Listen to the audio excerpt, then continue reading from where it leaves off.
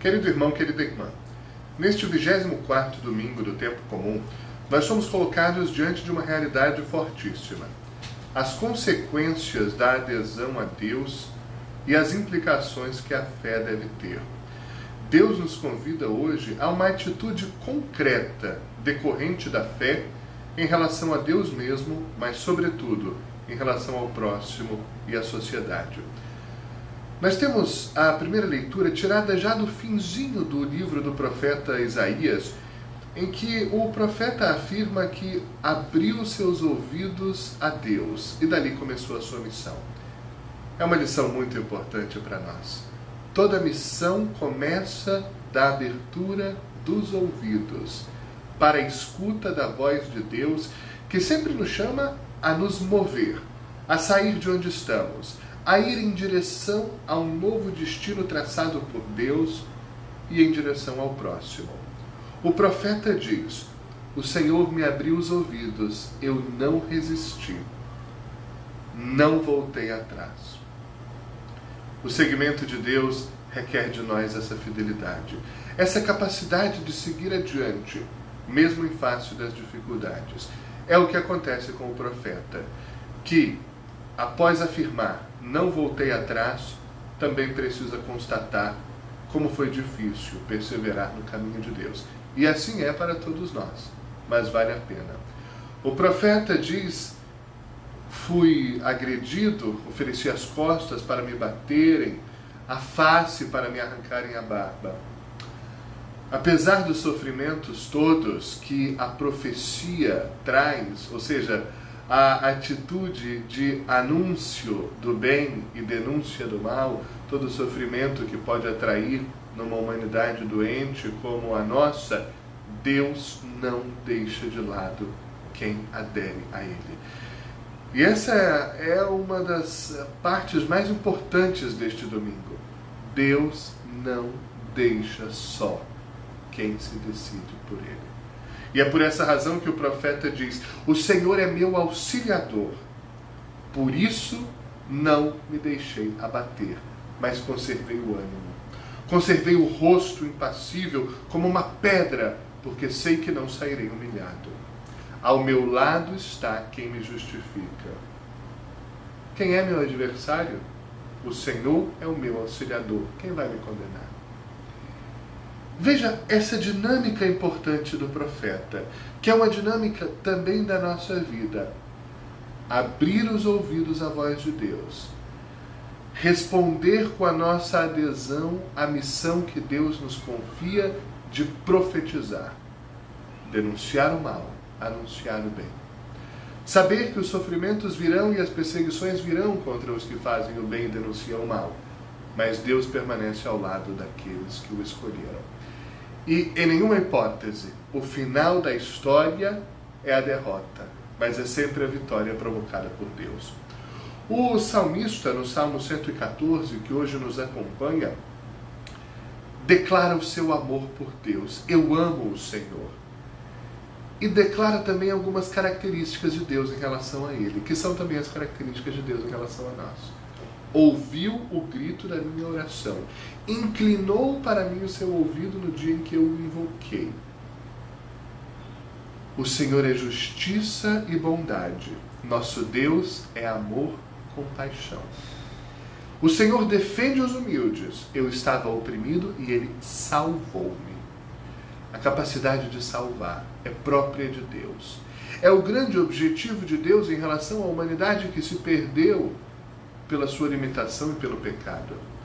O salmista ainda diz: libertou a minha vida da morte, enxugou dos meus olhos o choro, livrou meus pés do tropeço. Na fortíssima segunda leitura de hoje, é Tiago, no capítulo 2, a continuação das leituras dos últimos 2 domingos, que nos fala da fé e das obras, e nos traz uma das reflexões mais fortes do Novo Testamento, especialmente daquilo que a gente chama de literatura epistolar, as cartas apostólicas que vêm depois dos Atos dos Apóstolos. E Tiago hoje coloca uma pergunta muito forte. De que adianta alguém dizer que tem fé quando não a põe em prática. É um exame de consciência pesado para mim e para todos os que creem. O que a nossa fé tem nos feito fazer? Onde a nossa fé tem nos levado concretamente? Especialmente no que diz respeito à ajuda a quem precisa, ir ao encontro do outro. O que a nossa fé tem produzido de frutos visíveis, de bem, de paz, de concórdia, de equilíbrio, de transformação? Essa é uma questão essencial. E Tiago hoje chega ao ponto de dizer, um ponto que pode parecer escandaloso: se a fé não se traduz em obras, está morta. A palavra de Deus hoje nos diz que uma fé que não produz frutos de bem e de amor, visíveis e concretos na vida dos outros, não serve a nada. De nada servem as orações, as novenas, as celebrações, mesmo a celebração da Eucaristia. De nada serve rezar o terço, ler a Bíblia, se não há obras de amor concreto em relação ao próximo. É o exame de consciência que todos nós temos que fazer. Quais têm sido as obras da minha fé? Aqui nós precisamos esclarecer uma questão. O que é mais importante? As obras ou a fé? A fé. A fé é o mais importante. É o primado da fé. Por quê? Porque a fé é a abertura da pessoa ao poder, à graça de Deus que age nela. Do contrário, só as obras são ativismo. E é possível fazer, até com bons frutos para a sociedade, mas sem alma, sem significado. Por essa razão a fé é mais importante que as obras. A fé, repito porque esse ponto é essencial, a fé é a abertura da pessoa ao poder de Deus, à beleza de Deus, à potência de Deus, que age através da pessoa e deseja alcançar os mais diversos campos. Ao mesmo tempo que a fé é mais importante, ela perde completamente o seu valor e deixa de ser mais importante do que as obras quando ela não se traduz em obras. Para hoje, para esta semana e para a nossa vida, sempre nos perguntar o que a minha fé tem produzido.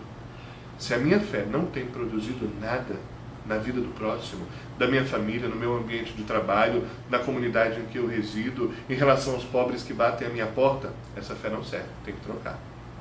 Tem que revitalizar, tem que renovar, tem que buscar uma nova maneira de encontrá-la na perspectiva de Jesus Cristo. Do contrário, não é fé nele.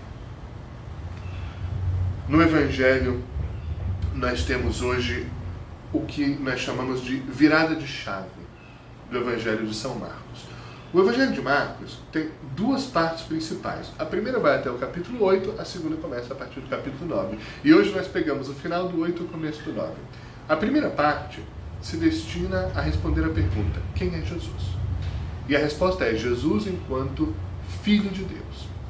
A segunda parte, logicamente, também se destina a entender quem é Jesus. Esse é o grande objetivo do Evangelho de Marcos, mas é a partir da perspectiva da cruz. De Jesus como Filho de Deus, que morre na cruz para ser o Salvador da humanidade.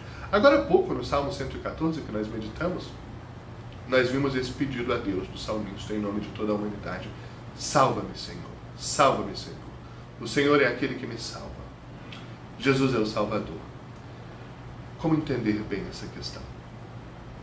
Todos nós temos pecados, limitações, defeitos de caráter, más inclinações. Por essa razão, todos nós precisamos de salvação. E a característica típica de quem possui vícios, defeitos de caráter, é a incapacidade de salvar a si mesmo. A necessidade de uma ajuda externa, de um poder superior que venha ao seu encontro e o resgate da sua limitação, dos poços em que a sua limitação o joga. Esse é Jesus. Jesus é esse poder superior, totalmente feito de amor, que vem ao nosso encontro para superar os nossos defeitos, as nossas limitações. os nossos vícios, as nossas más inclinações. Ao mesmo tempo, Jesus hoje anuncia que a sua salvação é operada pelo sacrifício de si mesmo, que é a forma mais concreta de uma obra de amor, o diálogo com a carta de Tiago.